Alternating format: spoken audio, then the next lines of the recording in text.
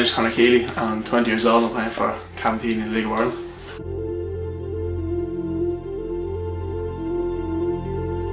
So the demand of being a football in the League of Ireland, it really is tough, especially being a college student as well.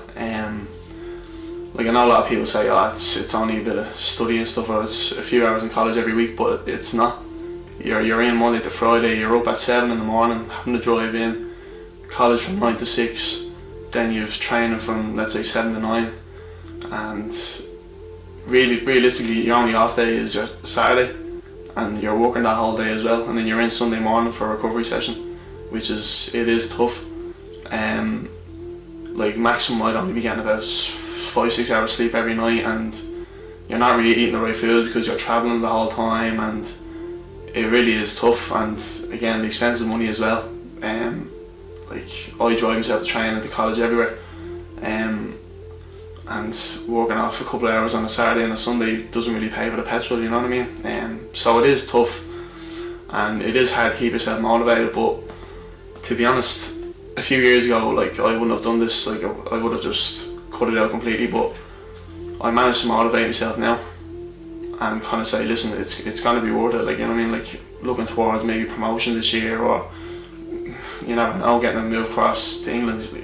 Things like that just motivate you. You know what I mean? And yeah, that's really it. What makes it worthwhile for me is, like, the team at the moment is playing with your friends. Like, it's a happy place, you know what I mean? I know there won't be a lot of money in League One, hopefully there is in the future. But I'm not really talking about money, whether it's going to make me happy or not, but playing in a good team and playing regularly would make me happy enough, playing in the league. Well, I suffer mainly from anxiety and depression, and there's a lot of stories I have where it's just, it's held me back a lot. So the biggest example of how my anxiety's held me back was I went over to a club in England, and I was excited as any 15-year-old would be, and when I went over there it was one of the worst experiences of my life. It was only 3 days and I had, I'd say, easily 15 plus panic attacks over there.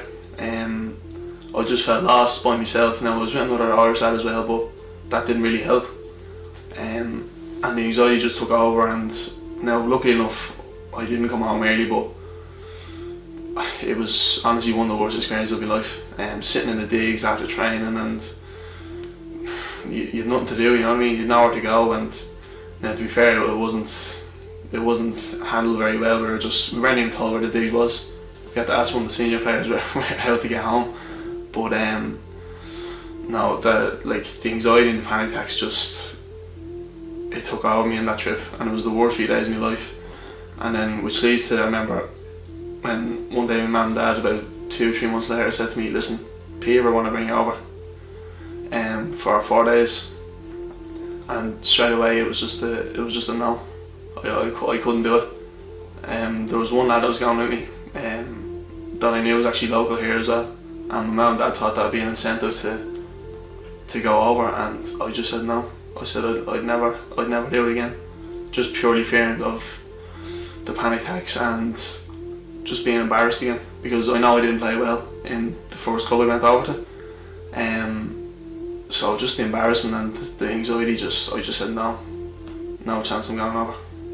As a kid, and someone says to you, listen, an English club wants to take you over, like that should be joy, and that should be like the best thing in the world. But to me, it was just panic.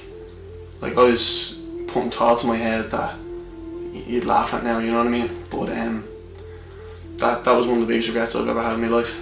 And I remember going after saying to my mum that I don't want to go. I remember a few weeks after that, training, when I went to it, I wasn't the same person, because I knew how much of a mistake I'd made. And that led to then, I remember going into my mum and saying, listen, I actually don't want to play football anymore. Which it's unheard of nowadays for me to say that, you know what I mean? Like, football is meant to be a happy place for me, but it just, for I'd say 6 months, I remember I hated it. I never wanted to play it again. But fair play to my mum, she convinced me to not give it up. For I'd say 2 or 3 weeks, I missed training, I went and missed the next one, I'd go and I missed two. And then I remember just playing one match, I think it was against Cherry Orchard, and I had a good game. I think I scored in that as well, I was up in the AUL. And I said, you know what, like, what was I thinking? And I was getting help as well, I was seeing counsellors, and that helped me as well, big time. What else helped me as well was, I remember the time I knew yourself, Dave, and Paul and stuff, they understood, and Derek Farrell at the time as well. They understood my situation, which was a big factor, because I remember talking to my mum as well and said, listen Conor, there's no hope you're giving up football, like, you know what I mean, you can make something out of it, whether it's League of Ireland or it's across the water. But yeah, that's what kept me going, just knowing those people around me and getting the help outside of football as well, off the pitch, is what kept me going. They think it's great, like I'm going off to an English club and everything's going to be great, but it's not like that. Like, I was only over there for 3 days, and fair play to the lads that live over there at such a young age. Like, it might be different to them, they might not suffer with anything, but like for me it wasn't a thing for me at that age. The main one was, I'm not good enough to go, as again, just putting toss you, like, you're not good enough, you're going to embarrass yourself, which is the big one. Like, I was afraid to embarrass myself going over there thinking, oh, these are full-time footballers, like, I'm not going to be up to their standard.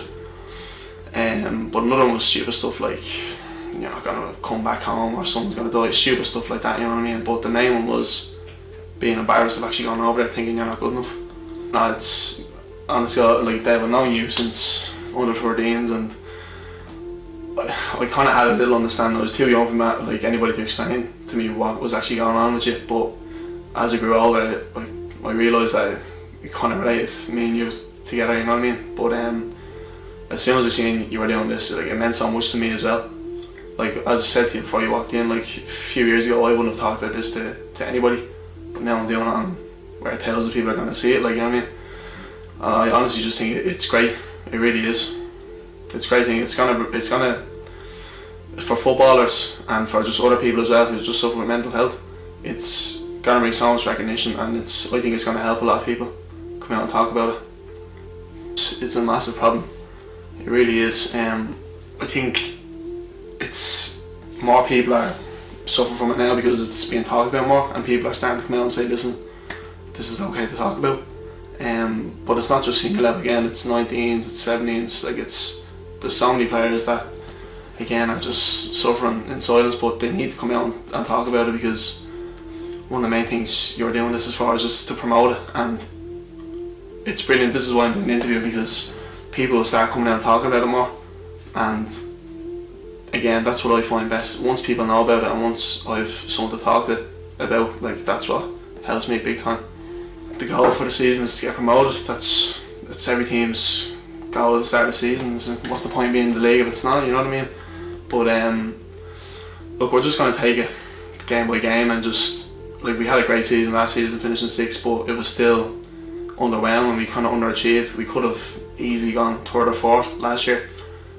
So hopefully improve on that and get a cup run again going. I think that'll be one of the main goals for this season. Personally, yeah, with a good season last season, I played 26 or 28 games. I missed one through being sick and then one through injury.